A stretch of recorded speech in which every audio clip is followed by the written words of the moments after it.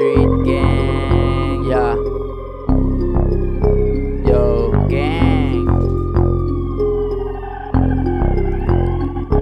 Daming aso sa paligid, silot na kamasid. Nakabantay lang sila hanggang merong namadakip. Yung iba ay sumisik sa bubong na matirik, tumakbo sa kung saan sila ay safe. Yung iba ay nagpulasan para hindi maabutan, pero di nila alam sarili nila ang kalaban. Pulis malusutan, nakakapagtaka naman, kaya pala nakalabas ay naglabas din ng pangalan. Para di ka na madamay at hindi ka hanap damay, dapat mong talikuran masamang bato na yan. Utak mo ay lalasunin, pagkatao sisirain, tumingin sa salamin para makita sa rin. Walang iba, ikaw lang din, wag mong dadalhin. Problema at isipin, palagi mo lang gawin. Yung pangarap abutin, alam kong kaya mo rin, para di ka maliitin ang taong walang dating. Ang daming katanungan sa aking kaisipan, bakit ba kayo ganyan? Sino pa mapalamang? Sila pa napaboran, porket ba mahirap lang ang aming pinaglagyan? Dapat yun ang pagtabuyan ng aming karapatan bilang isang mamamayan, at ginusto lumayo sa lugar na magulo. Di ako maliligaw pagkat kaluluwa ligaw, ang hirap gumalaw pag may sariling pananaw. Pilipinong kawatan, hinanting kahit saan. Sobrang daming kasalanan dahil lang sa kagustuhan, walang inatrasan kahit pa nasugatan. Pilipino palabang kahit saan. Lubos ang kasiyahan kahit kahoy ang tahanan. Masayang naninirahan na walang tinatapakan sa